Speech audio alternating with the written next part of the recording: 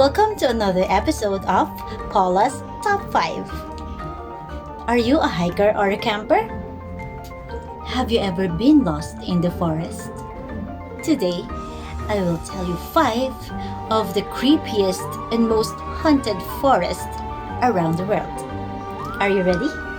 Let's go!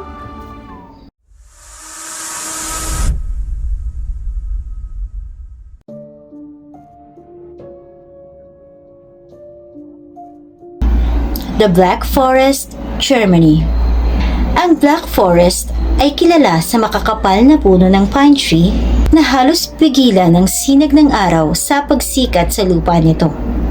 It is famous as it was used as the background for the famous movie Brothers Grimm, a fantasy adventure film in 2005. Bukod dito, kilala rin ang Black Forest sa mga kwento ng mga werewolves, headless horsemen, witches, and the devil. Mas marami pa ang mga kwentong ganito kesa sa mga multo. And with that, hindi maikakaila na ang Black Forest ng Germany ay kasama sa pinaka-haunted na mga forest sa buong mundo.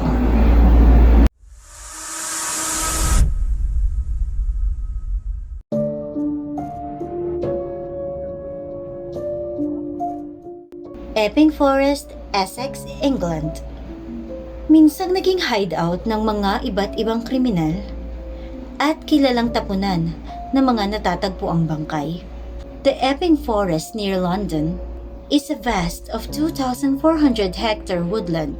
Isa sa kilalang apparition sa Epping Forest ay ang multo ni Dick Turpin. Si Turpin ay kilalang highwayman na tumira sa loob ng kuweba sa forest sa loob ng napakaraming taon. Marami ring reports ng poltergeist activities sa forest na ito.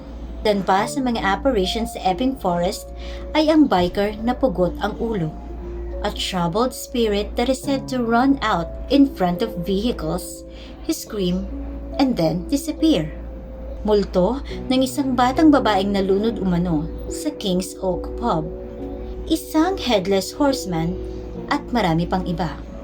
Dahil sa reputasyong ito ng Epping Forest ay naging sikat itong puntahan ng mga ghost hunters.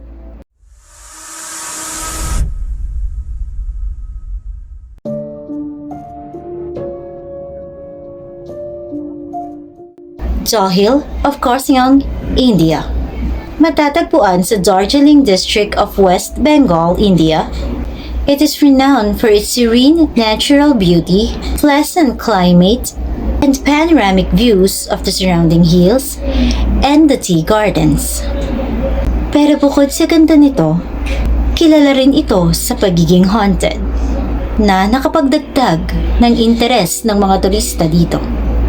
Ang ilan sa mga famous paranormal sightings sa Dawhill Kurseong ay ang Headless Ghost at ang isang haunted school sa hill station ng Dawhill of Kurseong, kung saan meron umanong nakikitang mga ghost ng mga batang walang ulo. Meron ding mga reports na pag pumasok ka dito ay tila pa may mga nagmamasid sa'yo na unseen forces. May multo ng babae in a gray dress. But the most horrifying story about the forest is that some unfortunate visitors either lost their mental balance or some ended up taking their own lives.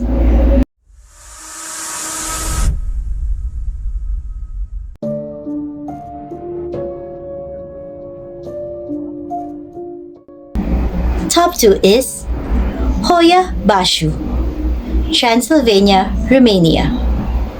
Bashu Forest, known as the Bermuda Triangle of Romania, is especially creepy. Isa sa mga nagpa-creepy sa forest na ito ay ang mga crooked and warped trees sa loob nito. According to local legends, ghosts and spirits lurks among the crooked trees. Isang kwento ay merong isang babae na nawala dito only to reappear 5 years later nang walang naaalala.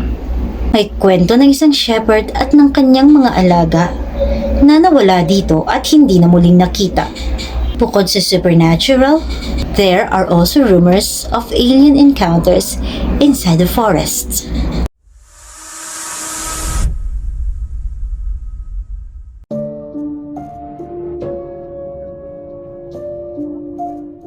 Top 1 on the list is the infamous Aokigahara, Honshu, Japan. Sinong hindi nakakakilala sa forest na ito? Also known as the Sea of Trees, situated at the foot of Mount Fuji, the forest has a historical reputation of being home to Yurei, or ghost of the dead in Japanese mythology. Sobrang hiwaga ng forest na ito dahil tila ba may kakaiba itong aura na nangaakit sa mga taong sobrang lungkot o merong depresyon pero magtungo dito at dito nga ay kitilin ang kanilang mga buhay.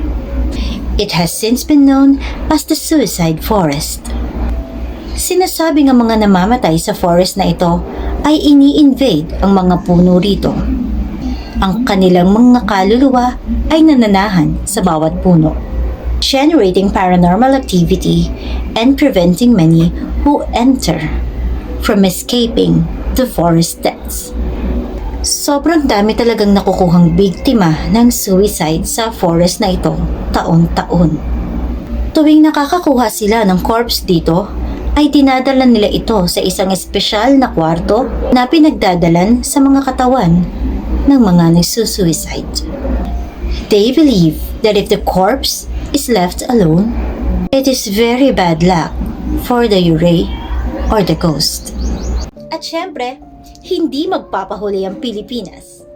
Here is Philippines' entry of the most haunted forest.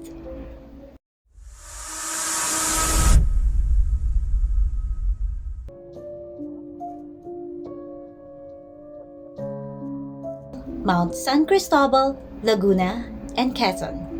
Sitting next to the popular Mount Banahaw, which is known for being sacred, is Mount San Cristobal, who earns its moniker as the Devil's Mountain. Tahanan umano ito ng mga masama at mapanakit na mga spirits. Sari-sari ang mga kwentong katatakutan na naganap umano sa Mount Cristobal, as well as the local version of Bigfoot. People of the province called it the Tumao. Maraming reports ng aksidente ang mga hikers dito. Dahil umano, sila ay nakakarinig ng mga boses ng mga bata na tila dinadala sila sa dilubyo. Taon-taon umanong nangunguha ng buhay ang forest mountain na ito. Kaya ito ay isinara sa publiko noong taong 2016. Ikaw, pupunta ka pa ba sa mga forest na ito?